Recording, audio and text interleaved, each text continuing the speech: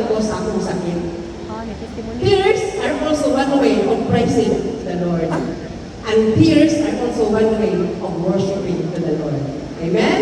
Ako makahilak ko, kasabot ka ang pasalamat ko. Amen? Ako ni ay si Sister Georgine. Jean Mayon. Jean lang akong nickname. Sama sa gipadayag ni Pat Stanley Villavicencio Sr. Ako nabasa ni. Naningon siya, Jesus, why me? Ako po, Jesus, why me? Kakatang tao, ano? Why me?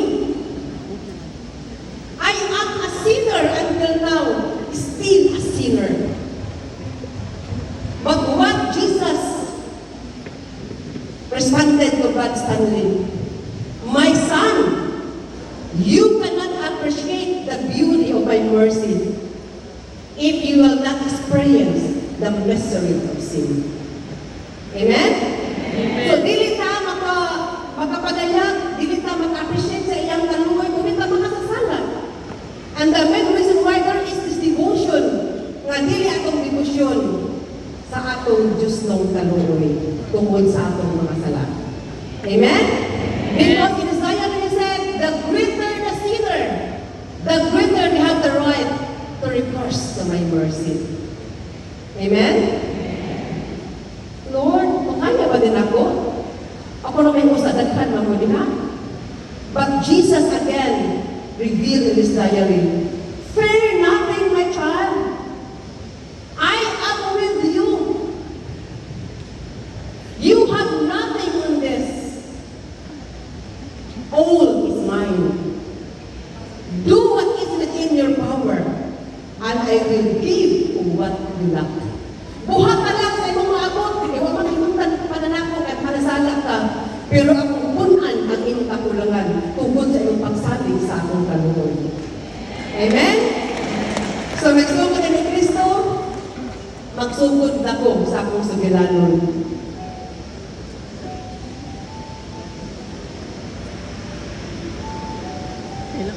I am a native of Mindanao. Mindanao, doon ko, ikot na Cebu.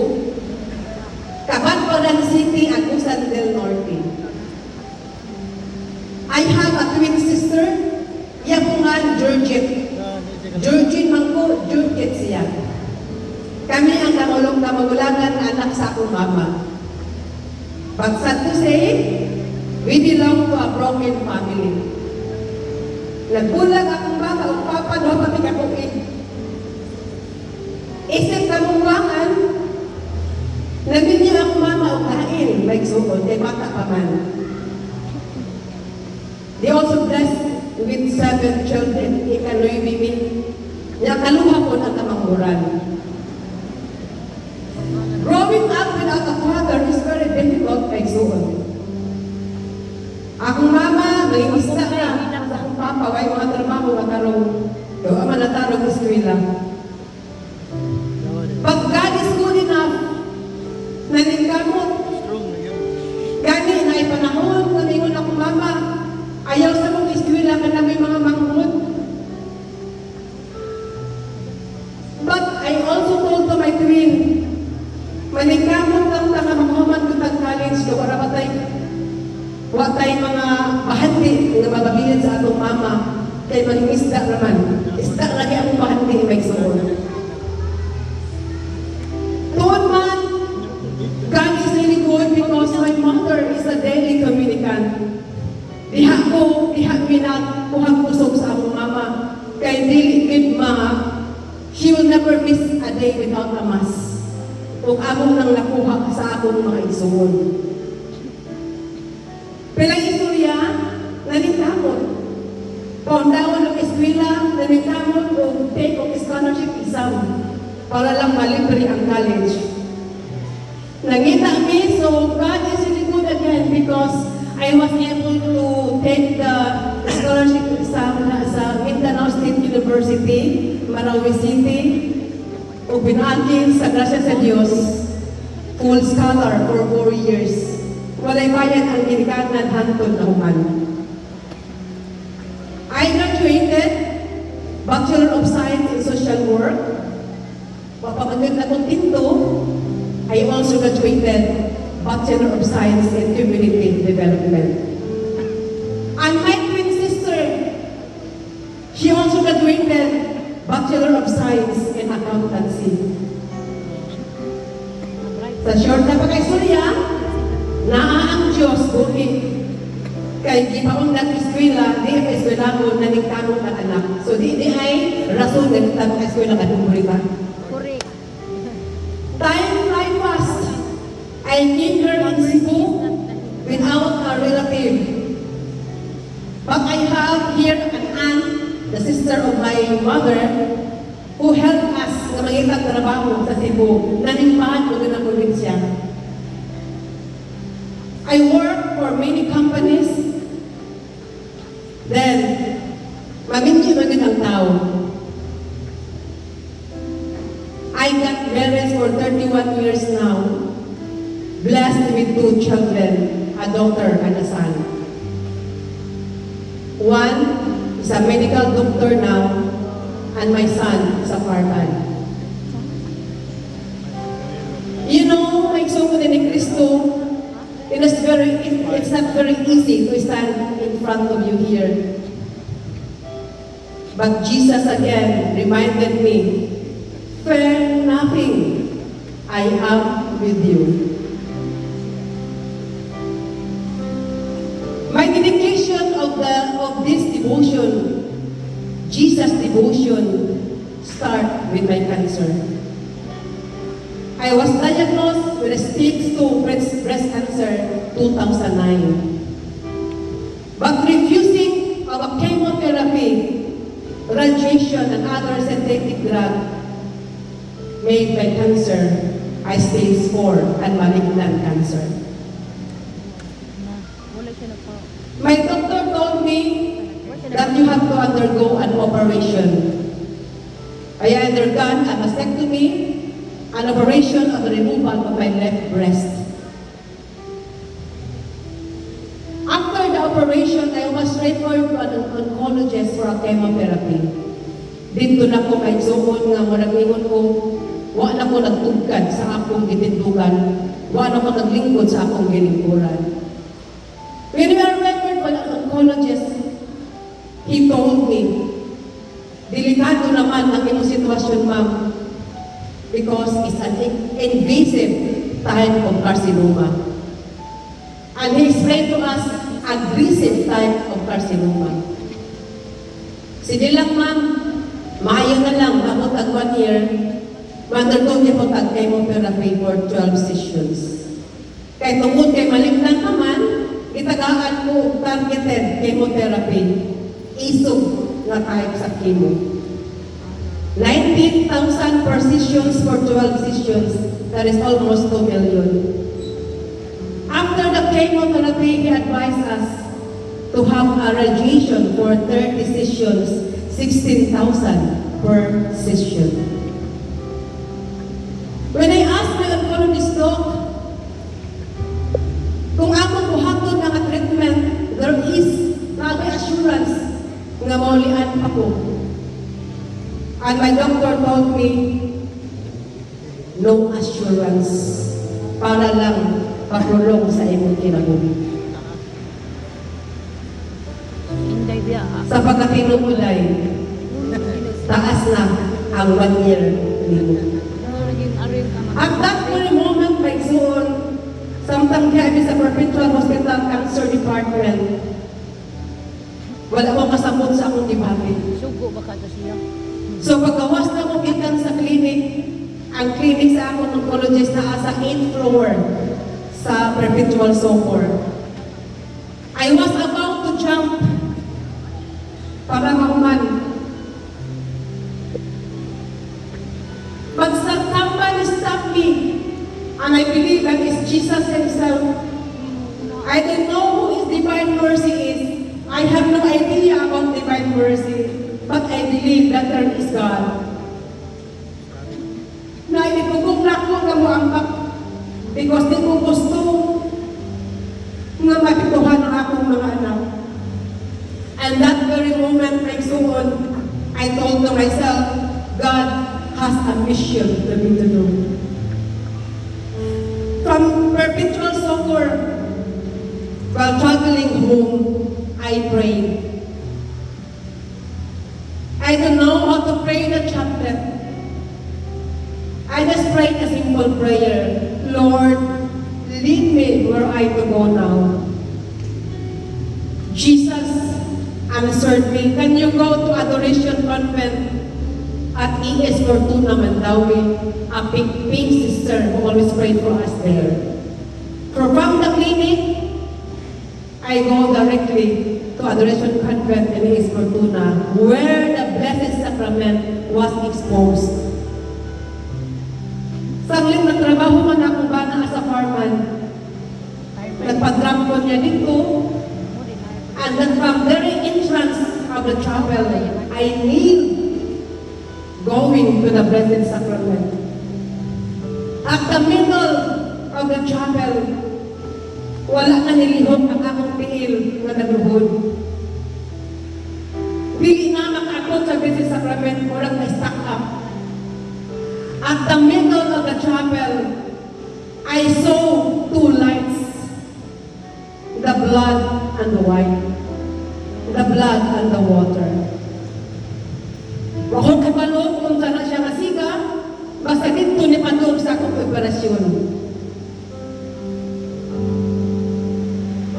When I fixed my gaze to the host of the Blessed Sacrament, ninahinay na ako, lihok ang akong tubod, padung na ko sa iyaha, of course, the living Jesus in the Blessed Sacrament.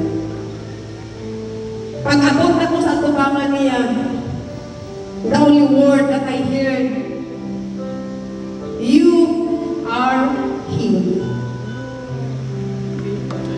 At that very moment I saw at the middle of the chapel, I said, Lord, I surrender to you my cancer. I surrender to you my family, my life, that is yours.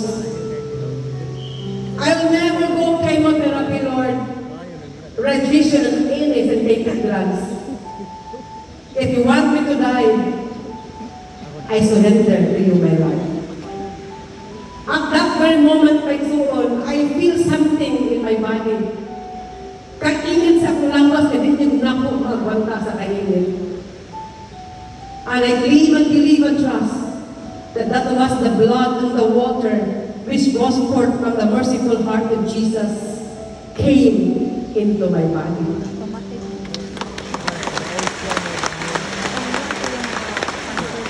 Two days after, one of my parishioner in a Nativity of Mary Parish invited me to attend a healing mass in St. Jerome Monastery. I am so weak, wala may kaon, di kinahanok kaon, wala nagpakimo, wala tapal kanan, skin and bone. But still, I was able to walk, bisa luya na. Pag-abot na mo sa St. Jerome Monastery, it was Reverend Father Lucas Inok who officiated the Mass. During the healing, so gipalit niya mga masakit doon, kung naluhay siya na ako, kinsa ko na ako uban, nga maroon akong matumba. And I told Father Lucas, I have nobody here, Father Lucas, except Jesus. When he laid his hand for me for healing, the only thing that I can remember, Father Lucas told me, you want to be healed? Pray the chaplet every 3 o'clock in the morning. Or if you cannot make it in the morning, make it in the afternoon.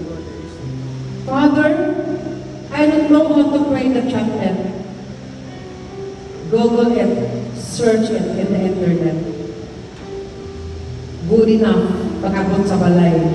Akong itunan ang akong pag-ampo. A simple prayer, a short prayer, but very powerful prayer.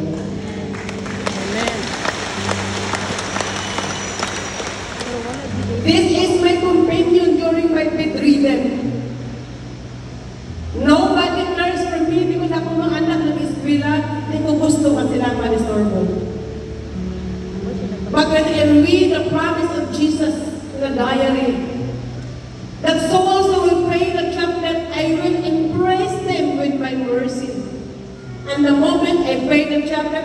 feel the embrace of Jesus, the merciful Jesus embracing with me on my pain, on my cancer. May soon ko na ni Kristo. When I read also this booklet of Van Stanley, fear not, my child, I am with you. Pray the chaplet unceasingly. Teach your family to pray the chaplet unceasingly. Because your sin is the bandage of curse. If you want your family to be healed, the healing of family tree, pray the chaplet 7 times 7. And I did it until now. Tuloy mo sila din mga bata. Pagsuon, my cancer is a roller coaster of emotion. Human as you are, we always think that is a deadly disease. I told the Lord, Lord, is this my end? Jesus told me, no, it's not. Pray the chaplet that I have taught you. Read my diary. In the diary of St. Faustina, I read all the sufferings. And Jesus said, true love is measured by your suffering. It is not the success of your work or profession that I give reward. I give reward through your suffering. Suffering is a sign that I am with you. Thank you for my cancer, Lord. Naalay ka na ko. Sisters and brothers in Christ, at that time on, I became an active of the Divine Mercy Evangelizers.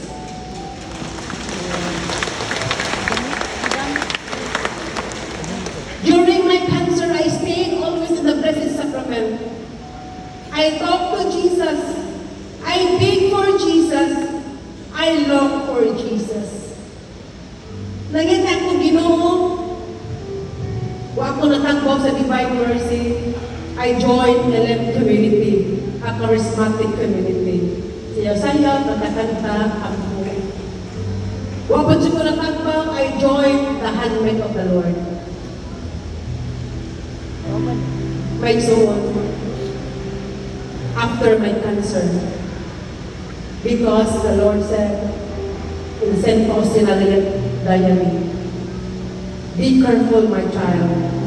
Satan hates you. Satan hates you because you snatch plenty of souls from his dominion. Second trials in my life, marriage. A marriage is a covenant between a wife and a husband. I'm not talking here for vanities of anybody else. I'm just proclaiming of how God merciful to us.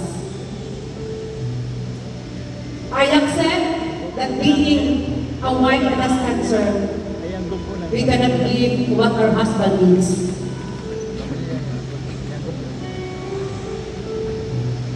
I was about to hate my husband, but when I always read and attend the Holy Mass every day, Jesus reminded us that you have to love your family. You have to love your husband because I love your husband more than you love your husband.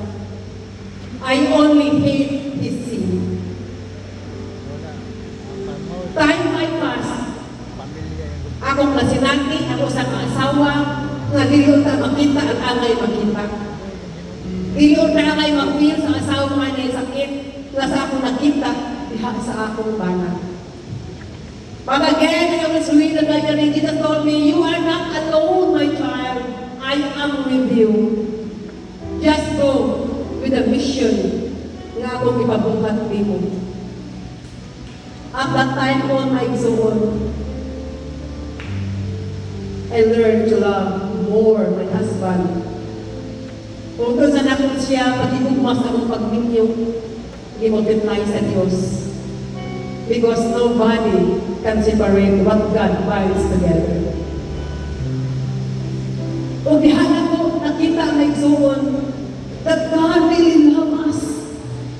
He will never, never abandon, forsake, or leave us naigsuon. At that time on, I feel I am alone. Siguro, nakita siguro na ang asawa masakito na, but I will remain strong because the Lord said, mas maayo pa. Hindi ko, Lord, ano ko sa naman akong breast? Ano na ba na kita magluha? Mao siguro. But God reminded me in His Word, na mas maayo pang lugiton yung mga mata, putlong yung mga tagot, kaysa kumpito ka, lahat ka sa eternity. Thank you, Lord, for getting me out of my breast. Look for God, look for niya. At that time on, I claim and believe that my cancer, the letter C of cancer, turned into Christ.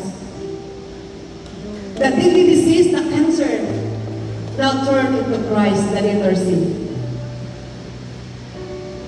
May suon to save our family. I joined bukas hukom sa Diyos. A marriage encounter between a wife and a husband. 3 days may suon. But still, nothing happened. Dihan ako natugkad nga naadili ang pinaka-last and final hope of our salvation na aday sa Diyos ng kaluoy. Amen. Pagsuon ko na ni Kristo, I am longing for God. And I said to the Lord, Lord, can you use me now? I will now focus your devotion. One time, I dream. Nadampo ko during sa akong pagkabidridden sa akong cancer. I dreamed that Jesus dictated me to build a Divine Mercy Chapel. Magawa na ko na, di pa nung balik. Kaya sa mga kong i-build chapel, na naman ko'y sakit. Jesus wanted me to build a Divine Mercy Chapel. O mag-asa ka doon. One day, I attended a Holy Mass at San Isidro Labrador Parish, Talangban. For me, it is unusual for me to attend the Mass in the church. After the Mass, I saw a sickly woman approaching me and always gazing her eyes on my Divine Mercy medal that I'm wearing, the necklace. And that woman told me, Sister, are you a devotee of the Divine Mercy? I told her, yes, sister. Can you help me? Mayroon akong sakit, sister. Ano bang pangalan mo? Sister Georgie. Ano pangalan mo, sister? Sister Inday. I am from Andalusia. I have a pancreatic cancer, and my doctor told me 3 months to live. Sister, I am not a religious person. I don't know how to pray, nothing at all, because I have all the resources. I don't need the Lord because I have all the money. Kung hindi ko makapatapag sa asa ng lugar, I can afford. But now I realize na ang kwarta ni ay dili makapangayo sa sakit. Daghan sa kwarta, but she told me na ang iyang doktor dili pwede siya mag-chemotherapy. Delikado man ang pancreatic, kaya doon pala sa atong liver. Di po pwede operahan. And the only thing she dreamed. She dreamed after praying a simple prayer. Sa iyang damgo, Jesus dictated her, can you build a Divine Mercy Chapel? Hingon na si Sister Inday, hindi man ako usual na usin pa sa Sa isunod na Brother Paris na lang pagkatumukos man daw eh. Ako po, di po ko nagsimba nito. But Jesus in His divine mercy, He met din niyang duha sa pagsimbahan. At that time mo, sister, parehang tagdamo po. And she wanted to donate a certain amount to build a chapel. A divine mercy chapel. Not knowing na ongoing dahil dito sa galing konsolasyon ng atong yuta para matuturan ang divine mercy chapel. Ani amot na lang sila. To make my long story short, akong gidala sa Inday Lumarati ni Sister Ima, our chairman of the Divine Mercy Archdiocese of Cebu, kung dito na gihatag ang iyang gamay na donasyon para lang pagtukod sa Divine Mercy Chapel. Kapoy, wala na kayo. Few weeks after, Ginas yung bato. Sister Inday told us na magpapanin siya at magpaampok sa Divine Mercy Chapel sa ilang balay. We did it. We have our 16 accounts sa ilang balay. Until sa time na naluya na siya, gusto siya nga matanaw sa chapel ng iyang dibukod din agis siyang tago. Wala pa na purmang chapel, kaya naku, masagas ng iyong gumanon. Kaya ito nga tayo, dying naman siya. Dito siya sa shrine, dito sa chapel, and she made her testimony about her life. 3 days after sa iyang testimony, she called me, Sister Georgie, please tell your group, pray for me. I am now at St. Luke Hospital in Manila. I am now in pain. But please wait for me. Di ko maglugay sa hospital, ulit din ko. The following day, she texted me, Sister Jean, please, waman ako na tapos ang chapel. Ayaw biyain, ubanin ang iyong mga kauban, hanggang mapulma ang akong chapel. And now I realize that God really makes surprises. Usa kayano nga devote, usa kayano nga parokyano. In fact, I remember now, nasamtang diha ko sa Santo Rosario Chapel, Paris, Inagasi Sacrament, pagawas na ko, nakita na ko ang usa ka tagulin, kaya nila kabutang 15th Divine Mercy Convention in UC, Mambalin. Dinhi ko niya ng mga taknaan. Nangita kong lugar asa ko lingkod, kay wala akong makumpa, mulakaw. I'm sitting at the back, kung sayaw ko. Nobody na nakilala ko, except na siguro ang Ginoo. Diha nagsugod akong journey sa mga speakers. I learned and I inspired more about who is Divine Mercy. Tambong ramay na taon na. May suon, after that convention, grabe din ang trabaho sa Diyos. Sister Inday told me na I am dying. I want to donate additional amount. At least na lang sa buwan na human, makasugod ka. The following day, her husband called me that Sister Inday passed away.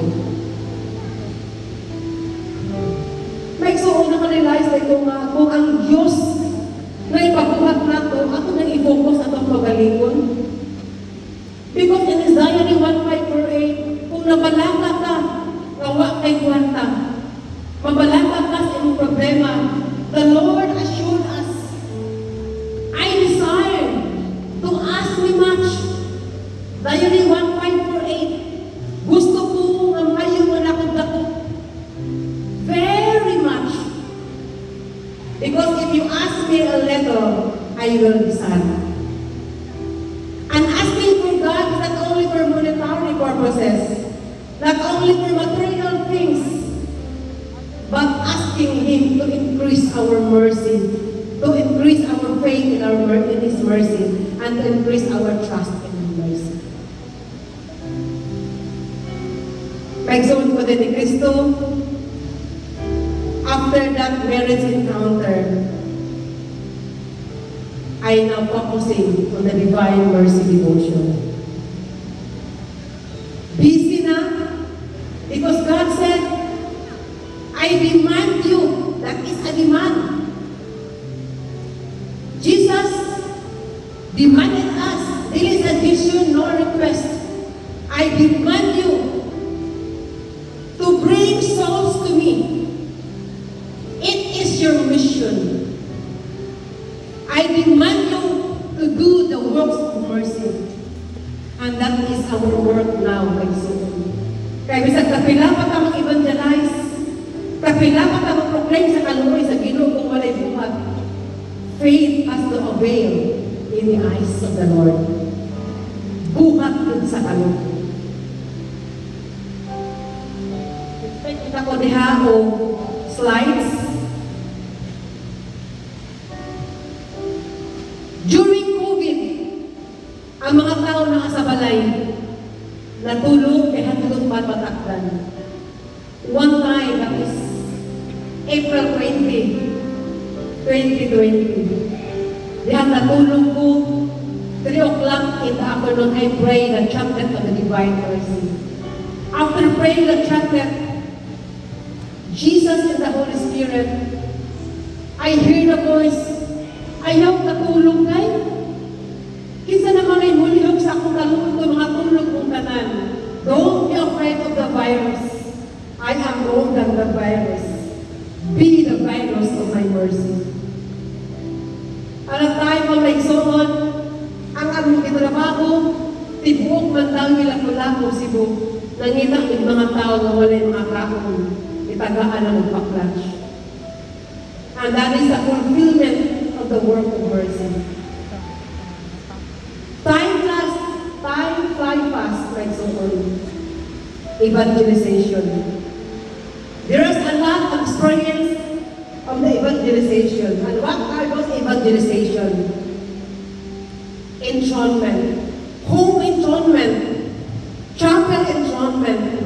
Parish enthronement. There one time, nakadaghan mo kasi natihan, na narinig ako i-share nyo ang suon. O sa pamilya din ang iyang bana nag-bedridden na for how many years. She requested us to have a home enthronement, bringing the image of the Divine Mercy in his home. Pag-abot na mo nito, iyang bana was paralyzed. So nag-enthronement ni, pag-abot, on the time of the chaplet, we kneel to pray the chaplet. While praying the chaplet, that's part of the enthronement, nikawas ang bana, lagda ang pinuti. Kay panibason piniyang tanan.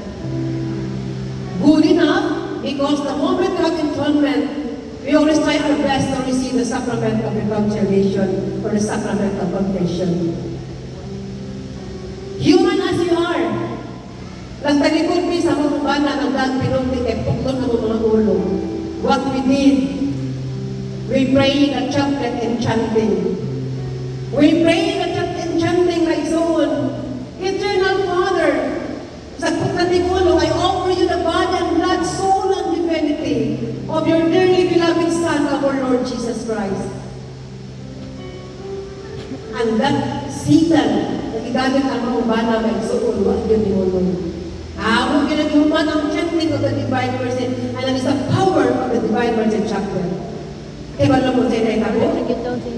There is no miracles happening on that home enthronement. First, ang bana nga lugay-lugay na wala nakalakaw. Nganong nakalakaw, lagdaong pinuti, because Satan want to distract our enthronement. Satan hates mercy. So nakalakaw ang mga bana for how many years na nakalakaw? And the Satan miracle, he joined us and prayed the chaplet of the Divine Mercy. Second, chaplet. My sister-in-law was died last February of pancreatic cancer. While we are in the Chongwa Hospital, crying in the family, kay kay dahil naman ang mga pasyente. Somebody ko lang ko sa sister of my husband, patuon ni kay dahil na, pagkabot na mo sa tsuwa, please get your Holy Rosary. Can we pray the chanting together in front of the dying person? Because God promises diary, if you pray the chanting in front of the dying person, I will stand before my Father beside the dying person. When we pray the chaplet of Divine Mercy, I saw my sister-in-law dying. Nga muna ko sa nalang kilometer ng ginhawa, usaka, padung naong patay na. But we pray the chaplet in front of her. At the third decade, miracle here. She joined with us in praying the chaplet of the Divine Mercy. Hanggang sa human, and I remember this concluding prayer, Holy God. Akong nabasa, nga naganda niya nila kung po sa ka cancer patient. Holy Mighty One, Holy Immortal One, have mercy. Ikanta na ko na during sa iyang agumi sa iyang pagka-imalat yun. Yan ako may soon na-realize that this devotion, the Divine Mercy devotion, His devotion is the preparation for His final coming kung kuha ko na sa kinilang. Why? Gituyo ko sa Diyos, o pa siya kuha kay napa siya isa lang, huwag niya nakampisan. Mas kalulu. And true enough, katong bali ka na naninisan with Father Lucas, si Father Marlon Apat, siya ang nakampisan sa akong sister-in-law. She died with a pistol and fatally dead. Namatay man siya, nakampisan siya sa iyang mga sala tungkol sa chaplet of the Divine Mercy. Amen. Action pa kami. Last but not the least, in the chaplet again, like so on. Usa na mga kauban sa Trinity Paris na na-kidney cancer. Namatay ko sa last October. How powerful is chaplet? Samtang dihasa sila Perpetual Soccer Hospital, crying together, nagsunod ang mga pamilya, dying. Nandayin mo. 2:55 in the afternoon, somebody knocked the door of the room. They opened the door. Idoon ito. Sir, siya ang nakatabang niyo. I am oppressed. Is there somebody dying here? Ang among suon, nga imalat yun, nga nagdibusyon sa Diyos ng Kaluoy, dying. At 3 o'clock in the afternoon, Father Clive touches the forehead, the dead person. And our sister Leslie died at 3 o'clock in the afternoon. And the family asked the press, Father, why are you here? We are not inviting any press to be here. And what Father Clive said, while walking along the hospital hall, somebody dictated him, and it was Jesus. Can you go directly now to room 424? Somebody needs me.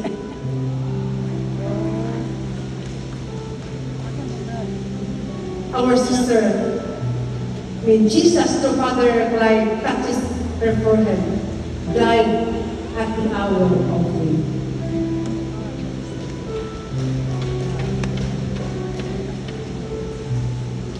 Sisters and brothers in Christ, falling in love with the Lord is not easy.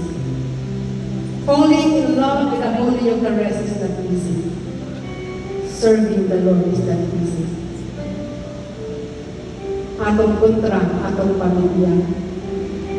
Amen, very amen. Amen. Amen. Sa Lucas na ina, may natong nakambala na atong mga nakapulusan ko sa ang yawa din ang pamilya were the people sa yawa. But again and again, the Lord said, panayon lang, fear nothing. Don't be afraid, I am with you. When I read this booklet, the Lord, when Stanley Sr. asked Jesus, Jesus, why it is so hard to proclaim your mercy? Lisod kayo pagpaproklamar sa iyong kaluoy. Can you answer to me, Jesus? And what Jesus answered to Brother Stanley, my son, judgment of the world hinders them to accept my mercy. Don't force them. I am a God full of goodness and mercy. I give them all the freedom to do the wrong and the right. Yes, they can choose the wrong and the right. They can ignore my mercy. They can reject my mercy. But tell them, my son, at the time of judgment, nobody can escape my just hand. And now we realize, like someone, that our family is a precious gift of the Lord. Heaven rests. Heaven rests. Jesus said, Constantly said in his booklet, Jesus, what can you say about your breast? Jesus answered, they are my precious jewels. My son, tell all mankind to multiply your prayers to my breasts.